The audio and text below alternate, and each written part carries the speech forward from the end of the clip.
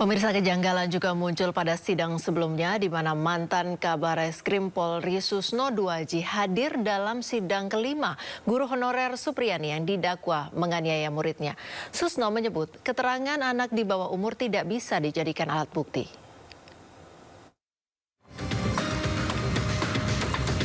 Sidang kasus guru Supriyani terus bergulir di Pengadilan Negeri Andolo Senin siang. Kuasa hukum Supriyani menghadirkan Susno Duaji melalui virtual Zoom mantan Kabareskrim Polri sebagai ahli penyidikan yang dinilai mampu menjelaskan dugaan kejanggalan proses hukum terhadap guru honorer Supriyani. Menurut Susno, keterangan anak tidak bisa dijadikan sebagai alat bukti. Bukti forensik maka itu nggak ada gunanya juga. Keterangan saksi walaupun 1000, kalau hanya saksi aja nggak ada gunanya. Apalagi keterangan anak, apalagi keterangan anak tidak bersesuaian. Itu bukanlah alat bukti. Hadir pula saksi ahli psikolog forensik Reza Indragiri via virtual Zoom dalam sidang ini. Sekali lagi, menurut kajian atau menurut penelitian kualitas keterangan saksi dari anak-anak memang acap dipertanyakan, maka rekomendasi saya adalah siapapun itu, otoritas penegakan hukum manapun itu harus menaruh sikap ekstra hati-hati. Supriyani terdakwa penganiayaan muridnya M dilaporkan orang tuanya anggota polisi ke polsek tempat ia bertugas April lalu hingga ditahan selama sepekan walau akhirnya ditangguhkan. Dari Kabupaten Konawe Selatan, Sulawesi Tenggara, Febriono Tameng melaporkan.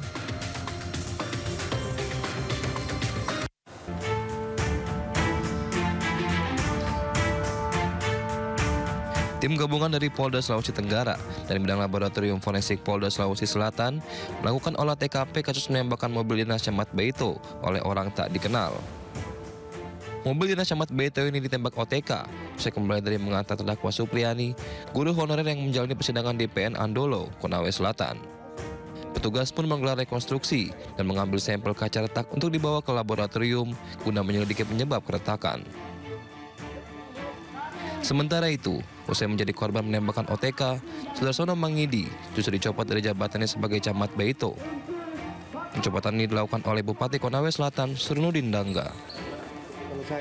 Menurut Surnudin Dangga, Camat Beito Sudarsono Mangidi dinilai kurang kooperatif dalam menyampaikan informasi soal kasus guru Supriyani dan tidak netral. Untuk Camat Beito saya tarik dulu. Saya tugasan BKO kan dari eselon 2 untuk membantu menyelesaikan.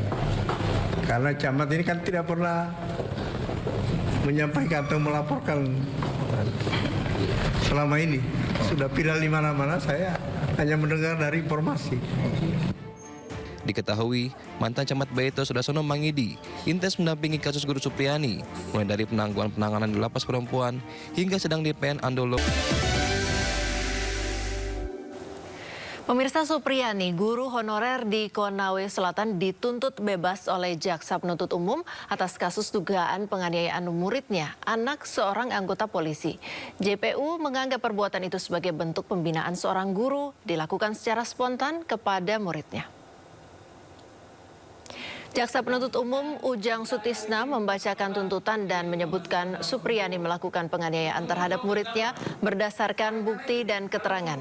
Namun hal ini dianggap sebagai tindakan pembinaan dilakukan spontan tanpa ada niat jahat untuk melukai korban. Dari fakta persidangan, tuntutan bebas bagi terdakwa, hal yang meringankan terdakwa belum pernah bermasalah hukum, sopan selama sidang, serta masih memiliki anak balita. Dan diketahui akibat karena mengganti guru kelas 1. Tapi tetap akan tem Bu ya kalau tidak memukul Bu ya.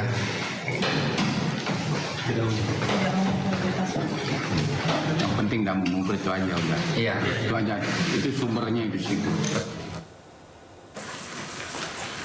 Walaupun dituntut bebas, kuasa hukum Supriyani menilai ganjil tuntutan tersebut karena jaksa tetap yakin Supriyani bersalah dan melakukan pemukulan. Karena itu pihak Supriyani mengajukan sidang lanjutan dengan agenda pledoi atau pembelaan atas tuntutan jaksa. Rencananya sidang pledoi tersebut digelar Kamis 14 November mendatang. Selain itu, dalam keterangan saksi ahli di persidangan, penganiayaan murid oleh guru honorer menguak fakta baru bahwa luka korban bukan karena gagang sapu yang dijadikan alat bukti.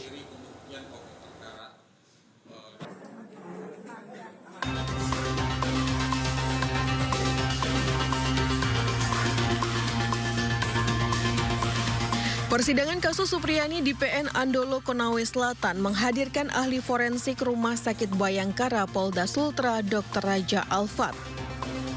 Saat menjelaskan dari pertanyaan majelis hakim dan para pengacara, ahli memaparkan rincian luka yang bisa disebabkan gagang sapu yang dijadikan sebagai alat bukti. Saat melihat foto korban yang melepuh dinilai tidak mungkin disebabkan dari gagang sapu. Hanya misalkan kayak uji tadi itu, lukanya bisa sampai robek, bisa sampai dari lecet, lecet ataupun robek. Tapi kalau misalkan ada pelindungnya, ya bisa jadi luka lecet juga bisa. Tapi terjadi kerusakan atau robekan pada kain ataupun baju atau celana yang melapisi permukaan kulitnya ini. Karena yang dirusakkan permukaan dulu, baru yang dalam. Ya seperti itu.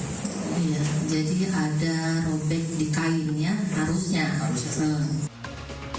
Menurut ahli, alat bukti memiliki permukaan halus. Apabila digunakan untuk memukul, maka hanya akan mengakibatkan luka memar.